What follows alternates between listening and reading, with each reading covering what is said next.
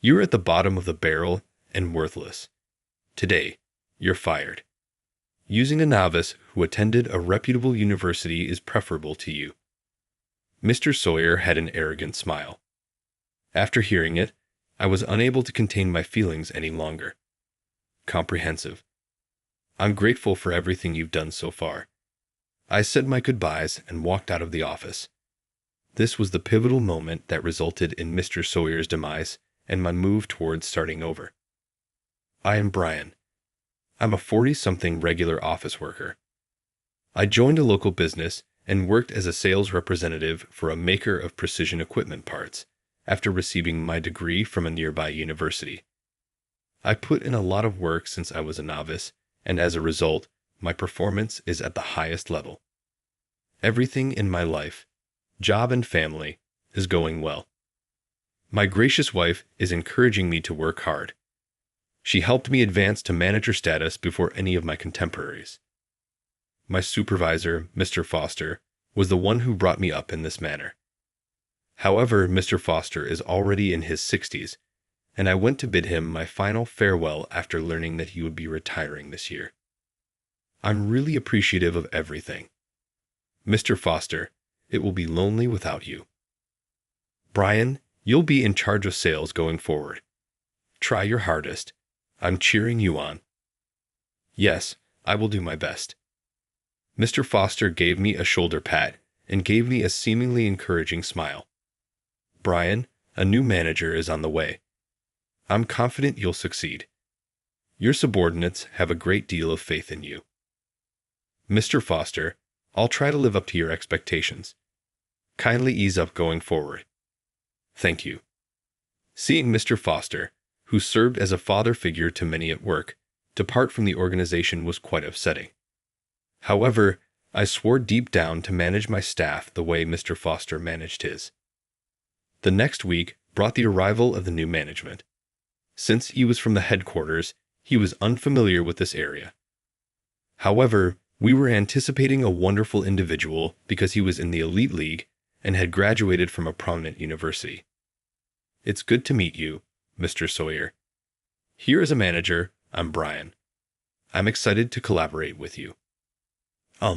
Which university did you graduate from, Brian? I graduated from Towson University here. When Mr. Sawyer heard my response, he grinned. I've never heard of it. You're claiming to be a graduate of some obscure, subpar university. I guess you should do your hardest. Mr. Sawyer's patronizing demeanor internally infuriated me, but since I enjoy my work, I chose not to dwell on it too much. The advent of a manager with significant corporate work experience worried me, but as long as I carried on with my regular tasks, I assumed everything would be all right.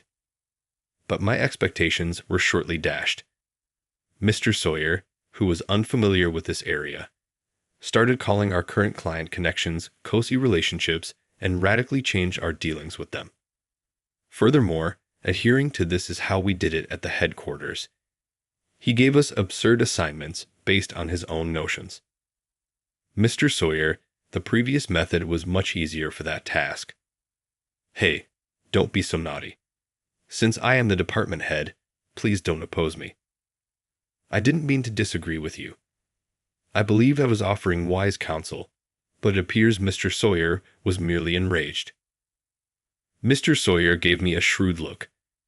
Are you trying to deceive me because I'm not familiar with this region? I wasn't thinking that at all, but Mr. Sawyer, your method is inefficient. How could you use that tone when speaking to your superior? This explains why individuals from subpar universities. Observing our conversation, my coworkers became alarmed. Mr. Sawyer was always this manner, not only with me, but also with the other staff members. Mr. Sawyer would often respond to our opinions by saying, "This is an order from the manager. Don't be a subordinate and oppose me." The environment within the company became toxic as a result of Mr. Sawyer's inability to listen to anyone. When my subordinates and I went out for drinks one day, they said to me, "Brian, isn't Mr. Sawyer getting out of hand? He doesn't pay attention to our thoughts about work and is altering our practices on his own." Yes, working has been a little challenging. Our procedures are unquestionably simpler and more effective, and the needless overtime is becoming intolerable. Sighing, all I could do was listen to my subordinate's grievances. I've mentioned it a few times myself, but he doesn't listen at all. That's the main idea. Brian, Mr. Sawyer treats you quite harshly. He always brings up prior educational experiences. If someone works with you for a while, they can see that you're competent at what you do. All I could do was try to encourage them, and I patted my subordinate on the shoulder. Well, maybe Mr. Sawyer will understand in time. Let's keep up the good work until then. Yes, I like this job, but recently I've started dreading coming to the office. Well, let's keep the sales going among us. Though I said this to my subordinates, the atmosphere in the sales department had indeed been bad recently. I wanted to do something about it, but I couldn't go against Mr. Sawyer, and he probably wouldn't listen to me anyway. Honestly, I was also feeling stressed by Mr. Sawyer's attitude. I was working hard, but Mr. Sawyer judged me solely on my academic background, leaving me wondering what to do. A few months passed in this manner when one day I inadvertently stepped in as I saw Mr. Sawyer berating a subcontractor more harshly than usual. Mr. Sawyer, that might be a bit too harsh, don't you think? What? What is this? Third-rate university, incompetent babbling about university backgrounds are irrelevant now. The subcontractor is an important partner to our company. It's troubling if they are treated too harshly. Shut up. What right does someone from the bottom like you have to act so high and mighty? Mr. Sawyer glared at me hatefully and sneered unpleasantly. That's right. We don't need someone like you. An incompetent bottom dweller like you is fired. It's better to use a new hire who graduated from a prestigious university. I thought I had gotten used to Mr. Sawyer's nonsensical remarks, but his words this time made no sense to me. What do you mean? Haven't you heard, incompetent? There's a new person joining the sales department tomorrow. He's an elite, graduated from a prestigious university. Is that so? It's clear that someone from a prestigious university is more competent. I've decided to make the newcomer the manager instead of you, starting tomorrow. I was utterly shocked by Mr. Sawyer's statement. I looked at Mr. Sawyer doubtfully, wondering if he was serious, but he was grinning smugly. It would be tough for the newcomer to suddenly become a manager. I've decided I'll speak to the HR department.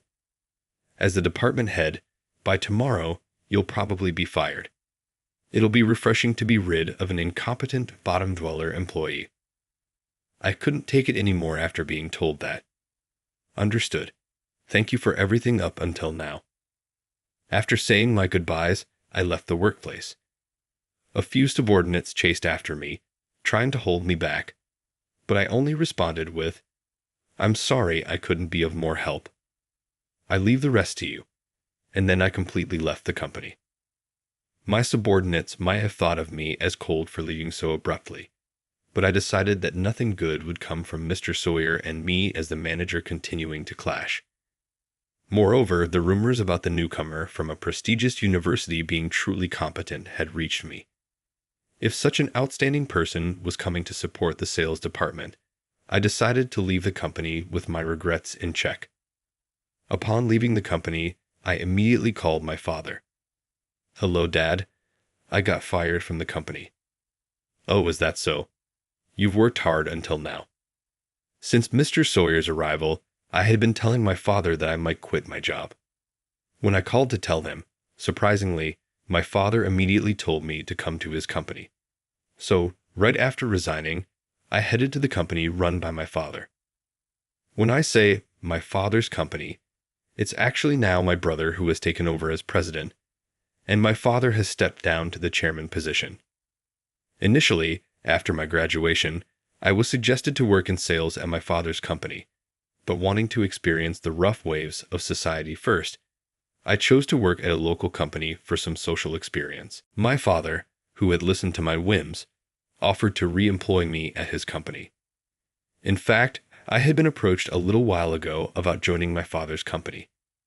Though I had always talked about work with enthusiasm, my expression had darkened, and I had become reticent in the past few months, which my father had completely seen through. "Hey, something must have changed at your workplace recently." "How did you know?" "I can tell just by looking at you. You used to go to your job as if you were kicking up the company, but now you don't talk about it at all." "Was it that obvious?" "Actually, the new manager who arrived is an unbelievable person." While glossing over the specifics of the work, I shared what Mr. Sawyer had said, and my father was even angrier than I was. "You should quit a company like that any time. Our company always has a place for you." "It's not that simple. I have subordinates who look up to me, but I appreciate the offer. Could you give me some time to think about it?" Having had that conversation before, it's probably why my father immediately said he would re-employ me. In the end, the same day I left the company, I went to my family's company and was immediately placed in sales. Just as my father had said, my brother offered me a managerial position, but I felt it was too much to ask for. I'm a newcomer to this company, so I'll join as a regular employee. In fact, my father's company is a major precision equipment manufacturer. That is, it was a major client of the company where I used to work as a salesperson who used to work for a parts factory that was a supplier. I vowed to work for my father's company, making the most of my knowledge. I thought about how I could repay my father and brother for everything they had done for me. The next day, I immediately went on a round of greetings to suppliers and clients with my new boss, Ryan. Among them was, of course, the company I had worked for until the day before. Knowing the situation, Ryan offered to skip it considering my feelings, but I insisted it was fine and headed straight to my former company. As expected, my subordinates were quite surprised to see me as a new contact person from the client side. A subordinate who was close to me misunderstood and tearfully said, "Brian, you've come back. That's great." However, all I could respond was, "Sorry, but from today, I'm an employee of the client company." This subordinate was disappointed, hoping I would come back. But then Mr. Sawyer appeared. Mr. Sawyer, with his usual unpleasant look, glanced at me, and without even checking the name of the company I had re-employed at, he disparaged, "A bottom feeder like you could only get a job at some low-level company." Really, what kind of person is he? As I was pondering this, a man approached Mr. Sawyer. Such disrespect towards a client is questionable. It's fine. This guy is, James, the incompetent bottom feeder I fired yesterday." Mr. Sawyer replied. The man, referred to as James, looked worriedly at Mr. Sawyer, frowning. "I think that's irrelevant now. Whatever his status was until yesterday, he's here as a client today." "Maybe so, but we don't need to deal with a company that employs such incompetence. Send him away quickly," Mr. Sawyer insisted. It seemed that James was the new manager who had taken over my position, the elite from the prestigious university that Mr. Sawyer had mentioned. Unlike Mr. Sawyer, this person appeared polite and certainly intelligent. Hearing this exchange, I felt relieved, but Ryan, appalled, spoke up. "We came here today to introduce Brian, the new Kodak person." "But isn't this disrespectful?" "I know him, so no need for introductions. Besides, we won't be dealing with your company." "In that case, shall we consider our business dealings with your company terminated?" "I don't want to associate with a company that hires incompetents," Mr. Sawyer stated coldly. After stating this, Mr. Sawyer waved me off rudely. "Come on, get out. I have no intention of dealing with someone like you." "Are you sure about terminating our dealings?" I asked. "Can't you hear? Incompetents are useless all around. Get out quickly, or I'll call security." With that, there was nothing more to do. Ryan and I returned and reported the incident to my brother, the president, and my father, the chairman. My father, with a troubled expression, said, "We've had a long relationship with that company, but maybe it's time to end it," and started writing something. The rest of the story was relayed to me later by a subordinate I was close to. A few days later, President Watson personally summoned Mr. Sawyer. "Mr. Sawyer, you've done something unthinkable." "I have no idea what you're talking about," Mr. Sawyer replied, looking troubled. "You turned away a neurotic person who came to greet us the other day, didn't you?" "Oh yes, that guy. But there's no need to worry about it. That person had just left the company and was truly incompetent at his job. I didn't ask for that. Turning away a neurotic person is not the way to treat a client. But it's fine not to deal with a company that employs such a person," Mr. Sawyer retorted nonchalantly. However, President Watson, with a stern expression, presented a letter. "Did you check which company Brian came from? He's from our largest client, a major precision equipment manufacturer." Upon hearing this, Mr. Sawyer turned pale and began to tremble. "No, that can't be. Brian is competent. He got rehired by such a renowned company.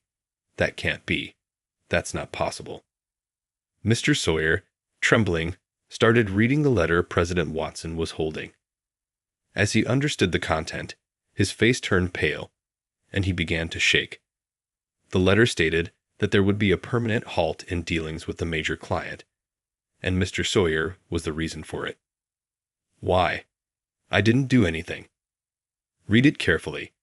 It's written that you turned away Brian and unilaterally declared a halt in dealings from your side." "What?" "Of course, my father was the one who sent that document, and I was the one who provided the information. Deals with my father's company accounted for 30% of my former company's total dealings. Therefore, not being able to deal with us would be a significant loss. Based on this, I had James conduct interviews with the subordinates. It seems you've been giving unreasonable orders and verbal abuse for some time." "No, I never. Maybe I got a bit too passionate in my guidance and went too far. I've heard that it was because of this that Brian was forced to leave," President Watson said, glaring at Mr. Sawyer. Desperately making excuses, Mr. Sawyer stammered, "That's not true. That incompetent Brian is trying to set me up. It's not just Brian. Other subordinates have also reported verbal abuse and terrible behavior from you." President Watson presented evidence, causing Mr. Sawyer to collapse to his knees. Watching Mr. Sawyer, President Watson declared calmly, "Mr. Sawyer, as of today, you will relinquish your position as department head." Upon hearing this, Mr. Sawyer covered his face with both hands and started shaking, crying. Later, President Watson visited my father's company to ask if they would consider resuming business with them. "I apologize for the great rudeness and inconvenience caused by Mr. Sawyer. I will take responsibility for his guidance. If his behavior does not improve, we will consider taking disciplinary action. It's a presumptuous request, but could we possibly resume our business dealings?" I had no grudge against President Watson. On the contrary, I was grateful for the employment until recently. After discussing with my father, we decided to resume the business dealings. Hearing this, President Watson grasped my hand and expressed his gratitude.